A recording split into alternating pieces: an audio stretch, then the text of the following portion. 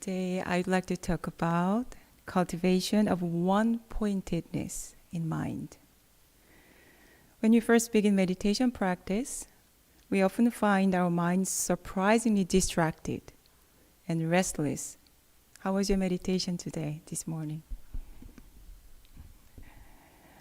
And one of our meditation retreat participants recently mentioned having thoughts popping up every second during the entire meditation session. We know that it's not only her. Meditation doesn't make our minds uneasy. Rather, it simply reveals the constant chatter of our mind. When we use our six sense organs, eye, ear, nose, tongue, and body, and mind, it consumes our vital energy, which in Oriental medicine is called the water energy, the watery energy. So if we continually use them for seeing, watching, listening, or thinking about something, the water energy in the body is depleted. It's like a vehicle consuming its gas or a lamp burning up its wick. As a result, we lose the balance both in our mind and body. We need to refuel and recharge them. Psychologists Matthew Killingsworth and Daniel Gilbert of Harvard University did interesting research. They contacted more than 2,000 volunteers at random intervals. They asked the volunteers how happy they were, what they were currently doing, and whether they were thinking about their current activity or about something else. This research revealed that how often our minds leave the present moment and where they tend to go is a better predictor of our happiness than activities in which we are engaged. This research concluded that a wandering mind is an unhappy mind. We tend to feel happier when our mind is present and focused, even during mundane tasks such as dishwashing. So if you feel anxious for any reason, start doing any work for 20 minutes and start doing any work and really focus on it for 20 minutes. It could be cleaning your room or your bathroom or organizing a drawer. After 20 minutes, you will feel much happier, calmer, stable, and even more confident. A wandering mind does not just affect our level of happiness. More importantly, the constant mental noise deludes our mind and prevent us from seeing clearly. Just as an unstable camera captures a fuzzy picture, an unfocused mind can't perceive situations clearly. The problem is, our minds are bombarded by enormous amounts of information every day. And with the development of internet content and smartphones, this has worsened. Our brains do not have a single moment of pause or rest. Anyone who carry your smartphone to the bathroom? They swing from one thought to another like a monkey. We need to cultivate the one-pointedness of our mind. One-pointedness is a state where our minds are not distracted and entirely absorbed in the object of focus. It means being entirely present and awake to the current experience. It doesn't mean that we focus solely on one thing. For example, if you take a walk with a one-pointed mind, your focus is on each step, and knowing exactly where we are heading. If a branch protrudes from a tree, we are aware of it and avoid it. So one-pointedness doesn't mean that you are just looking down onto your feet while walking. So this is more like open awareness. One-pointedness is a natural state of our minds and is an essential quality that we very much need to restore. This is why practice of meditation is crucial. In Won Buddhism, practice falls under two categories: the practice of time at rest and the practice of time in action. Meditation is the tool for time at rest. So let me first talk about it. From the methods of sitting meditation in Won Buddhism, Dharma book, it says, gently bring your focus down into the danjeon, our lower abdomen, without dwelling on even one thought. Do not neglect then and there to pull yourself together and bring the energy to rest.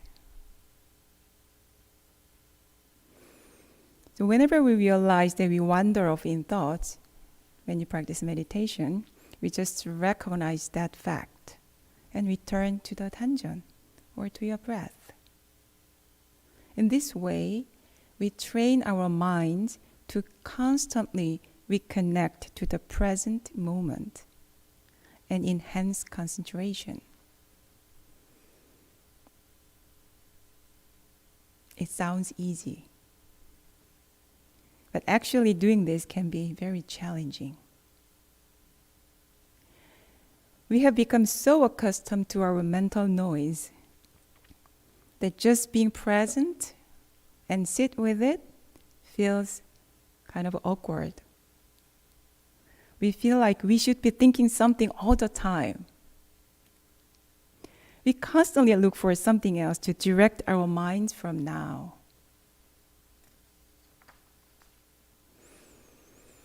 So to deal with these thoughts, we must realize that none of these thoughts are real.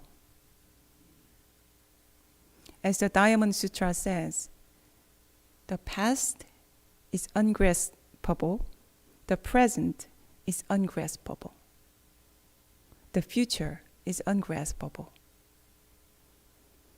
The only truth is each moment as you breathe now. So if you have thoughts about the past, anything you may have left undone, or somebody you offended, or somebody hurt you, for example, you can gently remind yourself that it's gone. And what's done cannot be undone. If the thoughts are about worries about the future, you tell yourself, it has not come yet. The moment you are aware of your thoughts, you are no longer attached to them, and they lose their power. None of these thoughts serve you, especially during meditation. It is all in vain to play with any thought, either wholesome or unwholesome.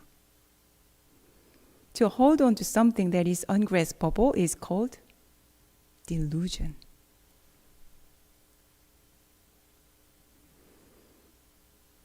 I know some thoughts are really tempting.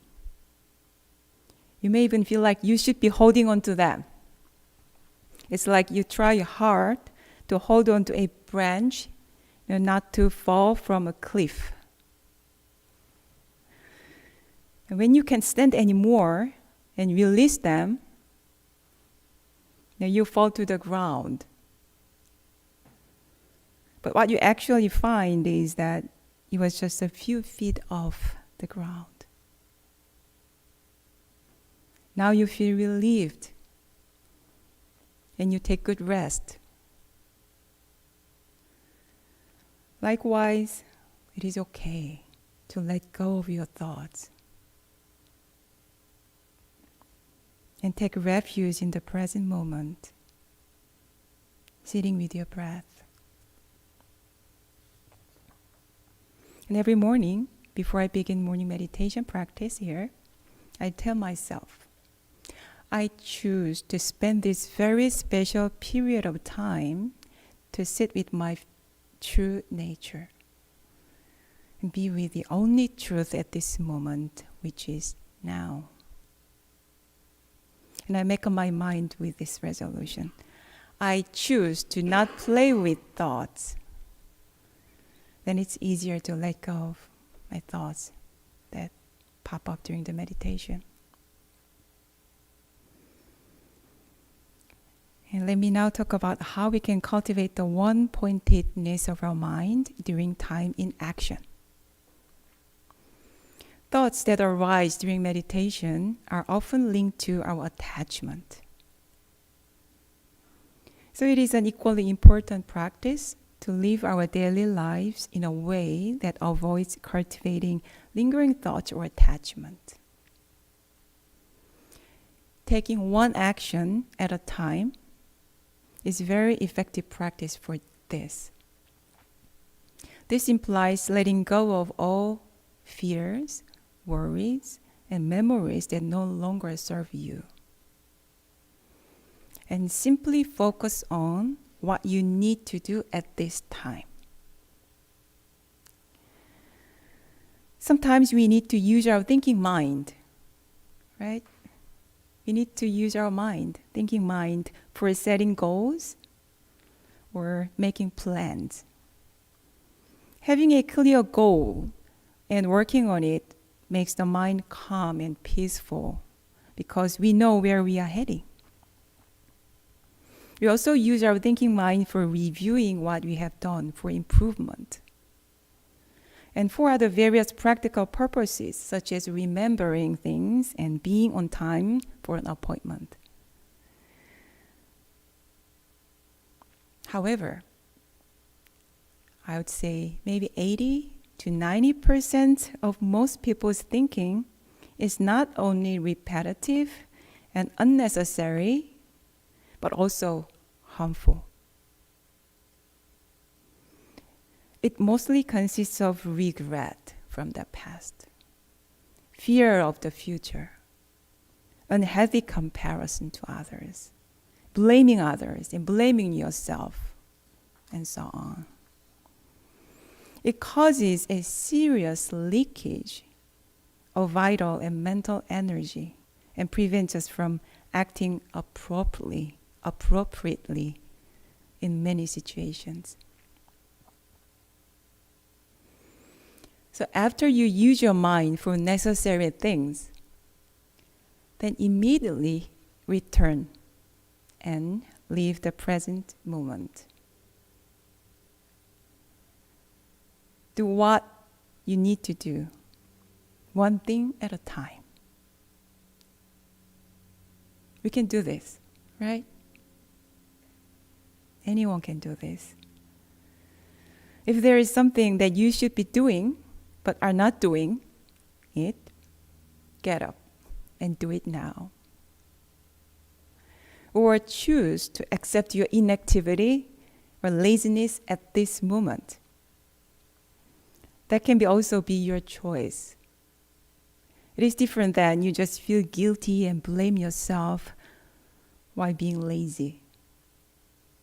If it's a conscious choice to be lazy at this moment, you will soon come out of it.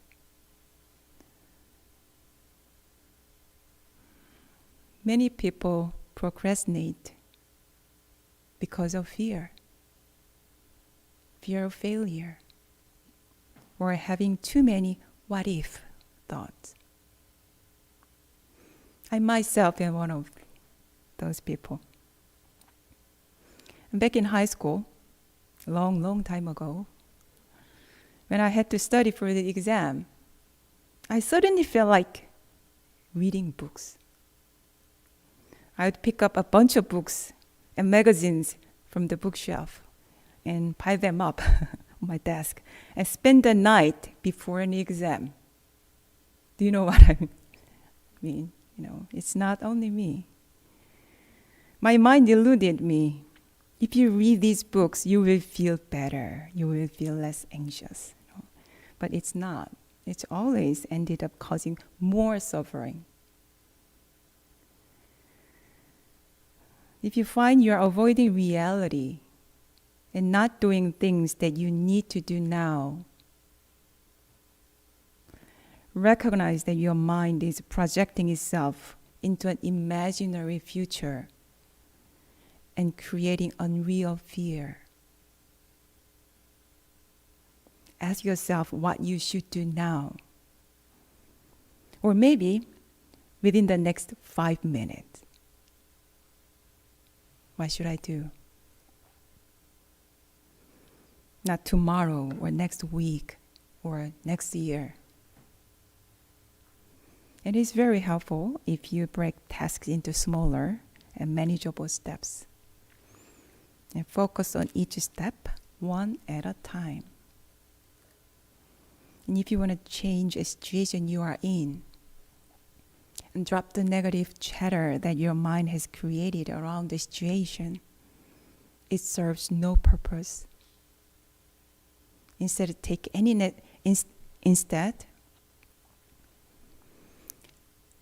necessary action. It can be either to stop doing what you are doing or express fully what you feel to the person of your concern. Take any action that is necessary. And once you are engaged in any task, focus on the task and complete one at a time. Do not do multitask. And afterward, let the mind be as empty as the sky.